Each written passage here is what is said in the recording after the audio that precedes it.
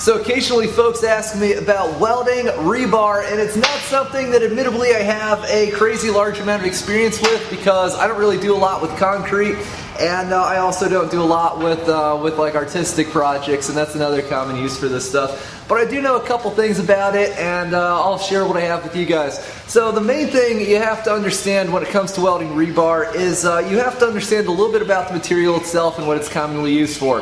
This is not structural steel like what we think of when we think of something that holds together. Just looking around the shop here, let's say a gantry, which is made to flex, it's made to move around, or like my press, which expands and contracts with hydraulic pressure, things along those lines. Really all this is made for is, it goes inside something that's encased pretty much entirely in concrete, and it reinforces it. It makes it more resistant to cracking because now not only does the concrete have to settle, but it has to also bend the rebar that's inside the concrete.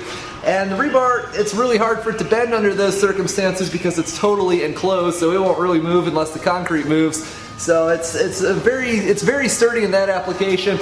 But a guy once told me this is essentially the baloney of the metal world, if you will. Unlike, say, hot or cold rolled steel or 6061 aluminum or 304 stainless or any of those materials that we might be a little more familiar with, this stuff, nobody really knows exactly what's in it. The tolerances for what's acceptable in the production of rebar are much larger than for any of the other types of material that I mentioned.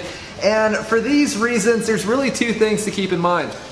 One, it's not really to be used for critical things outside of concrete, like I wouldn't use this to make like parts of a motorcycle, for instance. I wouldn't put this on a truck bumper and anything other than an artistic realm. It's just, there's just too much that can go wrong with it. We don't know exactly what's in an individual piece of rebar that you find, and doing that, in my opinion, is kind of asking for trouble.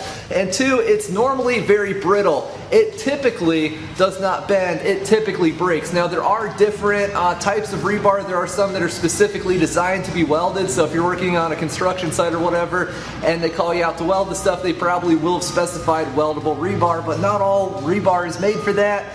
Some welds better than others, some is a lot more flexible than others, and so the main thing is if you just end up with some like this, you have to assume it's going to be a little tricky to weld. You shouldn't use it for anything critical where someone could get hurt or something could get damaged if it fails, and it's going to be kind of brittle.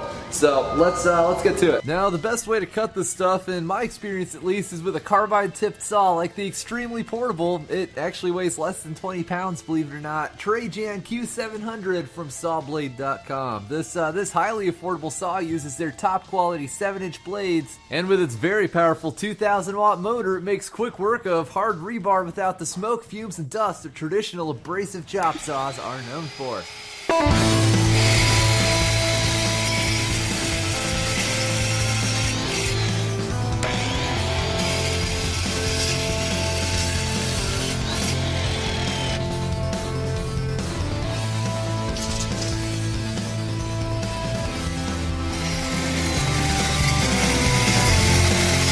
This saw also cuts very smooth, and the cuts it produces are cool to the touch right after it comes off the blade itself. And I really like the saw. I've had mine for about 6 months or so now. I've gotten to use it on a variety of projects, and it's been completely and totally 100% flawless the entire time I've owned it. If anybody's looking for a small, highly portable, highly efficient saw like this, I'll be sure to put some links in the video description below.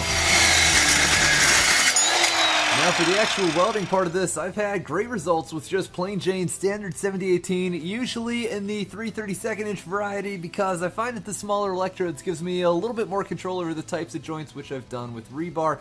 However, it's important to note that some of the few welding codes that I've seen which deal in rebar specifically call for the use of 1/8 inch rods, so if you ever need to weld this stuff to code, the decision on whether you should go with 3/32 or 1/8 inch electrodes will probably be made for you. However, you'll find that virtually all outdoor or in the field welding of rebar is done with 7018 of some variety and some size because it's what we refer to as a low hydrogen rod. It produces ductile welds which bend instead of simply break, and they're resistant to vibration and torsion, and they're just plain tough. And these are all qualities that are really nice to have on your side when you're working with brittle, often lower quality steel like rebar. All in all, though, I will say that my experience welding rebar, it's certainly not difficult. The puddle looks looks, feels, and handles just like it would if you were welding mild steel, despite the different base metal that we're welding here. I feel that it's really nothing to be afraid of, honestly, and even someone with fairly limited welding skills can make acceptable welds on this stuff, given just a little bit of practice and some basic information. But again, like I said, due to its